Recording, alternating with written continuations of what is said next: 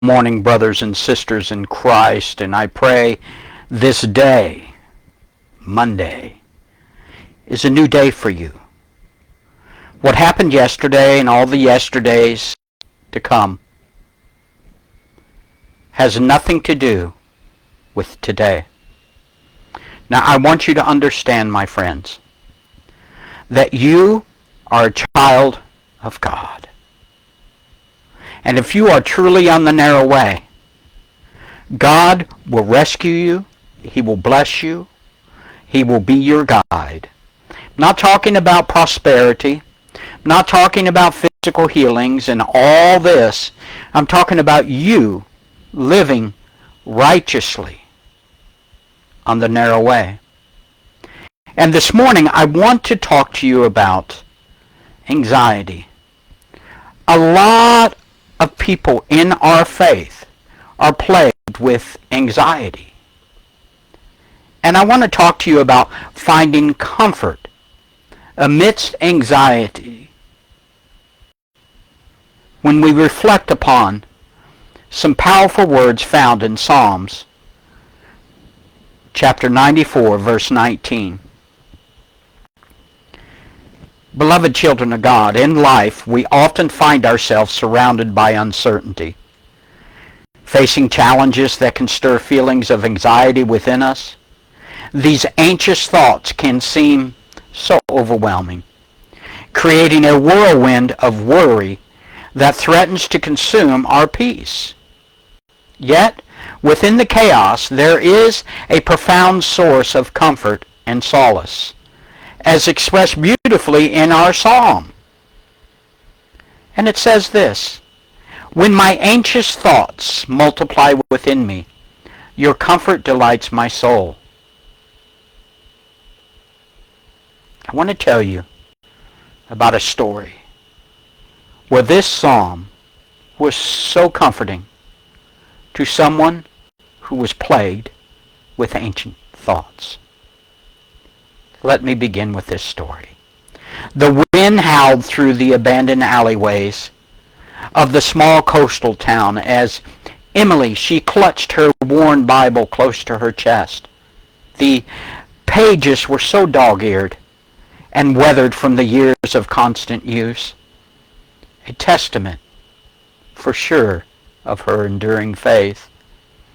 Each step she took, brothers and sisters, sent echoes bouncing off the dilapidated buildings, and it was intensifying the loneliness within her that had settled over her heart. Tonight, she was returning from the hospital, where her father lay battling an illness that defied diagnosis. Anxiety gripped her like a vice, tightening with every passing moment. The doctors offered little hope, and her prayers seemed to disappear into the void. Yet as she neared the weathered wooden steps of her family's old seaside cottage, a fragment of Scripture whispered in her ear, "When my anxious thoughts multiply within me, your comfort delights my soul." She paused, the words anchoring her to something greater than her fears. Suddenly, she heard a soft rustle. It was no more than a whisper, really. It was drifting on the cold night breeze. Turning, she saw him, a man she had never seen before. He stood at the end of the alley, cloaked in a shadow, emanating an aura of serene authority. "Emily," he called softly, his voice carrying an inexplicable familiarity. "You're not alone." Who was he? A messenger? An angel? As he stepped closer, the shadow seemed to pull back, revealing eyes filled with both sorrow and hope. Emily's heart pounded as the mysterious man took a step closer, his presence both calming and unnervingly intense. She could tear her gaze away from his beautiful eyes, which seemed to hold a wisdom that transcended time itself. "Who are you?" she asked, her voice barely more than a whisper. The man smiled gently, and he extended his hand. "I am a friend, Emily, sent to remind you of the comfort your faith holds.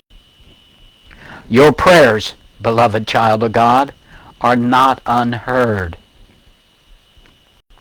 Tears began to well up in Emily's eyes. "But my Father, I feel so helpless," she said. The man's expression softened even more. "I know your pain. I know your suffering and your anxiety can blind you to the light of hope. But your faith is a beacon, child. Trust in it, and you will find the strength you need." He placed a hand on her shoulder, and as he did, Emily felt a warmth spread through her, a warmth that seemed to reach her very soul. And for a moment, the weight of her worries were lifted, and she felt enveloped in a profound peace. "Do not fear what tomorrow holds," the man continued. "Focus on the love and comfort that surrounds you today. Your soul finds delight in your faith, just as you find comfort in God's embrace." With that, he turned to leave, but before disappearing into the night, he glanced back at her with a reassuring nod. "Remember, Emily, you are never alone." As the shadows swallowed him, Emily stood there clutching her Bible. Feeling a renewed sense of hope, she walked into her cottage, and the words of Psalm 94:19 were grounding her, offering solace amidst her storm. The anxious thoughts didn't vanish, but they lost their power over her, overshadowed by a newfound strength and a profound comfort in knowing she was seen and heard. Child of God, this verse and our story, it acknowledges the reality of anxiety, does it not? It validates our feelings without judgment. The admission that ancient thoughts can multiply speaks to a universal experience everyone at some point has been engulfed by, a wave of concern. It reminds us that our minds can be tumultuous. It reminds us that our minds can be fogged with worries often spiraling out of control. Yet in the midst of this turmoil, there exists a promise of comfort from Abba your Father, the I am that I am, God, Jehovah. This passage also emphasizes that God's comfort can bring delight to our very souls, transforming our anxiety into a space of peace. It invites us to lean into this divine assurance, to understand that we are not alone in our struggles. God's presence serves as a sanctuary over our weary hearts. In times of distress, it is essential to turn our focus inward, to acknowledge our anxious thoughts, but also to reach for the comforting embrace that faith provides by, in, and through Jesus, our Christ. Finding comfort stems from you understanding who you are in relation to the divine, Abba your Father. You are not defined by anxious thoughts, by depression,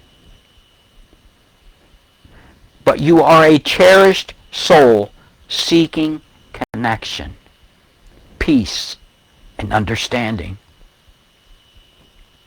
You see, child of God, it's in your moments of vulnerability that you can truly experience the depth of God's love. His comfort is more than mere words, beloved. It is a tangible presence that quiets the storms within us. And even when they're raging and it seems there's no quiet within, that's when we walk into the storm. We walk onto the waters with our eyes focused on Jesus. And even if it feels like we're sinking, we're never really sinking. It's all an illusion. Because no matter what happens to you in this life,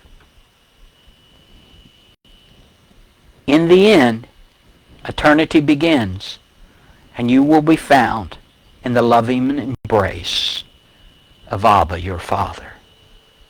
You see, when we actively seek this kind of comfort, we can find relief and delight even in troubled times.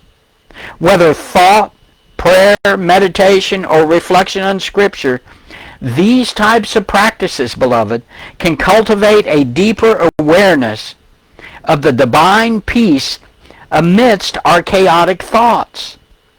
We can learn to replace anxiety with gratitude, allowing our souls to bask in the light of hope. This verse also encourages community and connection. Sharing your struggles with trusted friends and loved ones can amplify this comfort as unto Christ.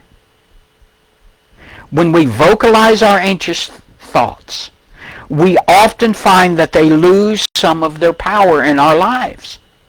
In doing so, we invite others into our journey, receiving their support and prayers, which can be a significant source of encouragement. And those that are not like that are not your friends, and you need to move on. So as we navigate our way through the complexities of life, children of God, let each of us hold on to the truth that comfort is available when we need it the most. And I always pray that you remember Psalms 94:19 is not just a statement of faith, but it's your invitation from God to engage with the comforting presence of His agape love.